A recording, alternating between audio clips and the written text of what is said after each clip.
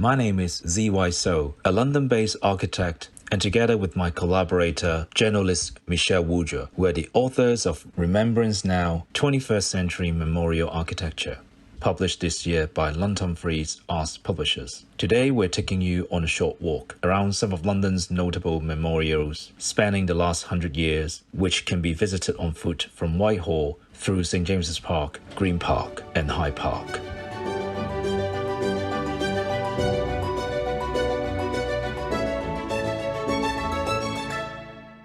This is the first memorial that we come to in Green Park. It's the Canadian War Memorial, and it commemorates 110,000 Canadians that died in both World Wars. It was inaugurated in 1994 and designed by a sculptor from Quebec called Pierre Grange. The materials are granite and bronze, which were imported from Canada. It takes the form of a truncated pyramid, which points in the direction of Halifax, Nova Scotia, which is the port that the Canadian soldiers would have left from to fight in the wars. There are many interactive elements of this design, including this cut-through walk, which asymmetrically divides the memorial, and the fact that you're able to touch it, you're able to see the reflections within the granite. It incorporates a fountain, so there's this kind of very soothing element of water and the ability to touch the water. On the surface of the fountain, there are these engraved maple leaves, which is the national symbol of Canada. This is the New Zealand War Memorial. It's from 2006 by John Hardwick Smith and Paul Dibble.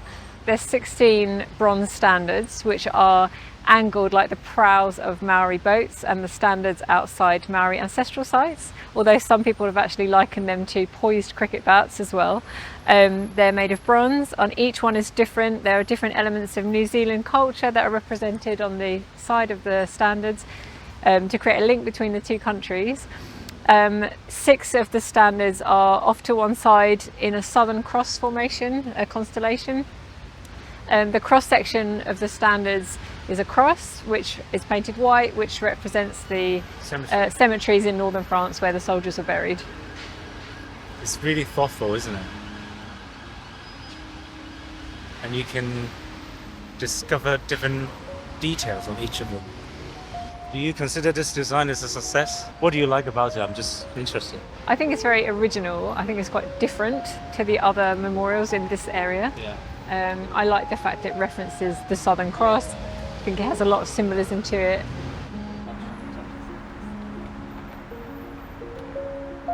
So this is the Royal Artillery Memorial from 1925 by Charles Sergeant Jagger, the sculptor, and it's generally considered one of his masterpieces.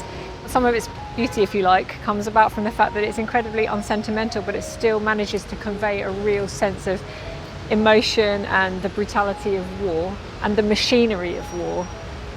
The frieze along the outside was inspired by his interest in Assyrian archaeology, which again is depicting a kind of brutal scene of war.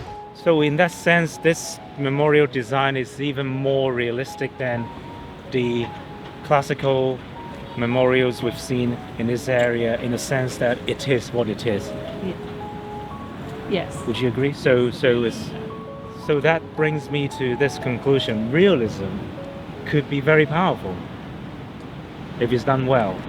And in this particular example, death is explicitly presented. Made clear. Yeah, made clear. Yeah. Which we don't see in other classical style memorials. I think at the time it was quite shocking. This is the memorial to the victims of 7/7 bombings of 2005. It is made of 52 stainless steel beams, one for each of the victims. On each of the beams is the bare minimum of information. This anonymity is to emphasize the random, indiscriminate nature of the attack. The beams are all cast from the same mold, but on closer inspection, the surface texture on each beam is different. The message here is that while all the victims are equal, they are also unique individuals. You also have the impression of walking through a forest of trees, or maybe a kind of, thanks to the texture of the material, like a moonscape, or among petrified trees or among fossils or something. Is quite difficult to place as being, on the one hand it's very much 21st century, but on the other hand it looks kind of elemental, like it's been there forever. And we can go over there and see the names. The typography was designed by Professor Phil Baines from Central St Martin's, and it's based on the Edward Johnson's typography for the London Underground. So each of these diamond-shaped punctuation is directly taken from that font. Every detail has been thought about. It's very involved. This is a cenotaph by Edwin Lutyens from 1920. It's probably the most recognisable memorial in London. This forms part of our institutional Armistice Day celebrations every year, so it's very recognisable. But not many people know that it was actually intended as a temporary monument. So the original was a model made of plaster and wood, which was intended to take part in a celebration in 1919. During that parade, 15,000 soldiers saluted that original model, and in the days that followed, 1.2 million citizens came to lay tributes there. So the model soon became a kind of replacement for all the graves of the soldiers whose bodies couldn't be repatriated.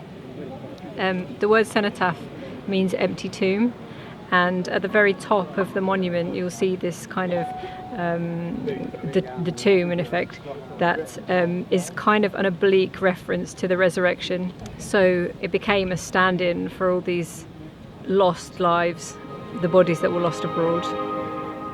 So following the success of that temporary model, it was recreated in stone and placed in its current position on Whitehall, and has become this institutional monument.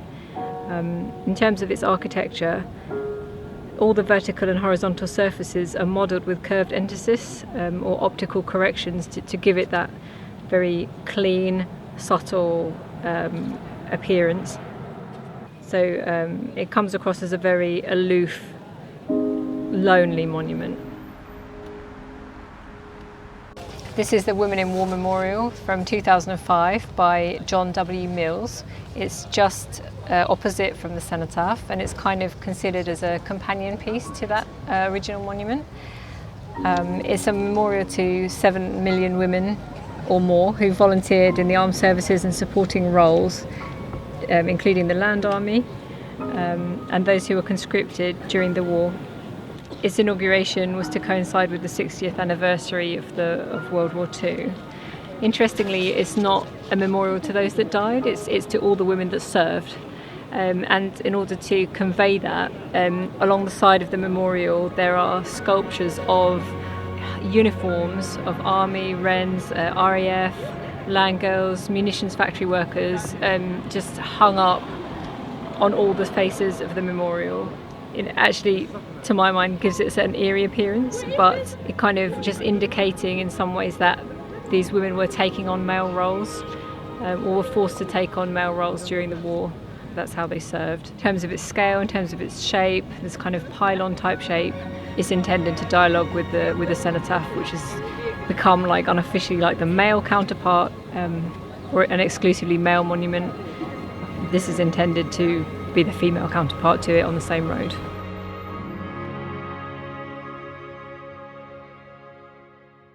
We hope you enjoy our whistle-stop tour of this small corner of London. If you're interested in the topic of memorials and love contemporary architecture, we invite you to read our book, Remembrance Now, 21st Century Memorial Architecture, which not only showcases 45 different modern memorials from around the world, but also includes unique interviews we conducted with world-leading architects. More information is given below. Thanks for watching.